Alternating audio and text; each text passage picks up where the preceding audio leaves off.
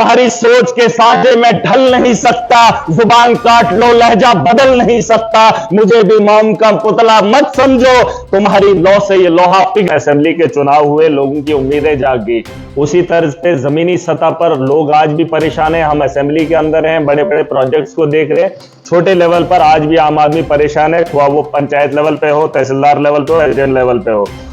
Election जब जितना जल्द हो सके किए जाए। और सर कुछ पंचायतें बहुत बड़ी है, उनका भी ख्याल किया जाए। डिलिमिटेशन करने के फौरन बाद जो है चुनाव जल्द अज जल्द कराने जाने चाहिए। Sir agriculture, animal, sheep, horticulture को लेकर बहुत सारे लोगों ने बातें की। कश्मीर के अंदर हॉर्टिकल्चर है, एग्रीकल्चर है, यहाँ पर भी बहुत अच्छा स्कोप है।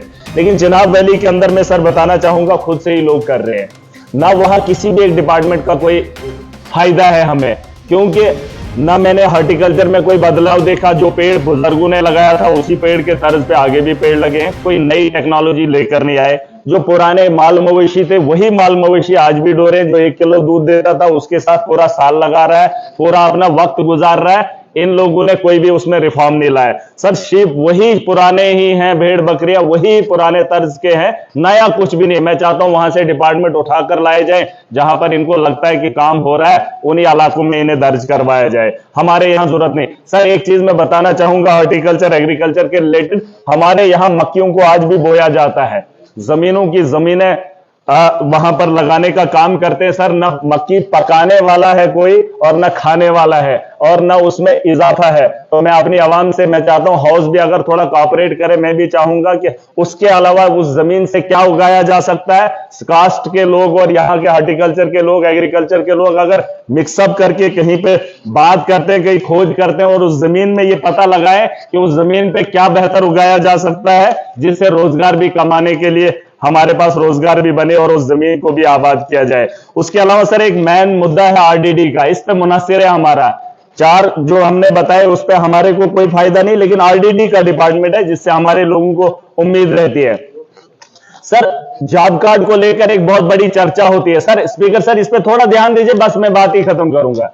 सर एक बड़ा मामला बनाया जाता है कि जॉब कार्ड होल्डर काम नहीं करता है, 100 दिन काम नहीं करता है, जियो टैग नहीं होता है। सर मैं चाहता हूं इसमें थोड़ा सा रिफॉर्म अगर लाया जाए। मंत्री जी अगर मेरी बात सुनेंगे, एक ठेकेदार को आप बिल्डिंग देते हैं, उसे बताते हैं कि जितना जल्दी तो उसे कंप्लीट करे तो ठीक। एक मजदूर को आप देते हैं 10 मीटर आपको प्रोटेक्शन वॉल देना है या 10 मीटर आपको रास्ता बनाना है, उसे क्यों मजबूर किया जाता है कि पूरे साल में आपने 100 दिन लगाना है और 100 दिन में ही इस काम को करना है? क्या वो मजदूर इतना सक्षम नहीं है कि उस काम को वो 1 दिन में भी कर सकता है? उसे क्यों इतना टार्चर किया जाता है, रोज रोज उठा के जियो टैग करो, 100 दिन में आपने 10 मीटर करना है? या तो उसके काम को बढ़ा दिया जाए, गांव के अंदर वो बेहतर सहूलियत दी जाए, सीमेंट का इंतजाम गवर्नमेंट करे, उस मजदूर को काम कराए। एक मजदूर जो है किलोमीटर भी काम कर सकता है। लेकिन सर सरकार की ये गलत पॉलिसी है, ठेकेदारी के तर्ज पे जैसे एक ठेकेदार को काम दिया जाता है वैसे ही जॉब कार्ड होल्डर को काम सौंपा जाए और वेंडर्स उसी के तर्ज पे रखा जाए, वो मटेरियल भी खुद करेगा।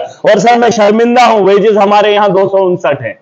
मैं देख रहा था कर्नाटका के अंदर 349 है, हरियाणा के अंदर 374 है, आंध्रा के अंदर 300 है, गोवा में 356 है, केरला में 344 है। तो मेरे जम्मू कश्मीर के अंदर खास करके मैं जब अपने इलाकों को देखता हूं जो रोजगार पर मुनस्सिर है, आज आम मजदूर भी किसी घर का काम करता है 600 रुपया लेता है, तो वेजेस को बढ़ाया जाना चाहिए ताकि हमारे लोगों को रोजगार मिले। और सर एक मेन इसमें एक मेरी एक तजवीज है, मैं चाहता हूं कि मनरेगा एक जॉब कार्ड की स्कीम देता है हर उस जवान को, हर उस बेरोजगार को जिसकी उम्र 18 साल है। सर हमारे पास नौजवान है, पीएचडी करके हैं, एमए करके हैं, एमफिल करके हैं। मैं एक छोटा सा सुझाव देना चाहता हूं, वो ऐसे भी घर में पड़ा है, नशा ले रहा है, ना वो घर का काम कर पा रहा है, ना जमींदारी कर पा रहा है। मैं चाहता हूं सरकार को एक सुझाव है, डिपार्टमेंट्स के अंदर पोस्टें खाली हैं, अगर उसी पैसे से उस नौजवान को यह कहा जाए जो उसके अहल है, आप उससे जबरदस्ती गाय या माल मवेशी का काम मत करवाइए। जिसके एजुकेशन जिसने हासिल किया, अपना वक्त दिया है एक टीचर बनने के लिए, उसके सपने को ना तोड़िए। उसे 20,000 ही साल में अगर दिया जाए और उसको उसमें वो काम करने दिया जाए, उस स्कूल में उसकी पोस्ट को फिल किया जाए, मनरेगा के तहत रोजगार भी दिया जा सकता है और उसका मुस्तकबिल भी बेहतर हो सकता है, उसका जो सपना है वो भी आगे बढ़ेगा। सर वो आपसे पैसा नहीं मांगेगा, वो सिर्फ अपना जो है वजूद देना चाहता है, अपना वक्त देना चाहता है। सर मैं बात खत्म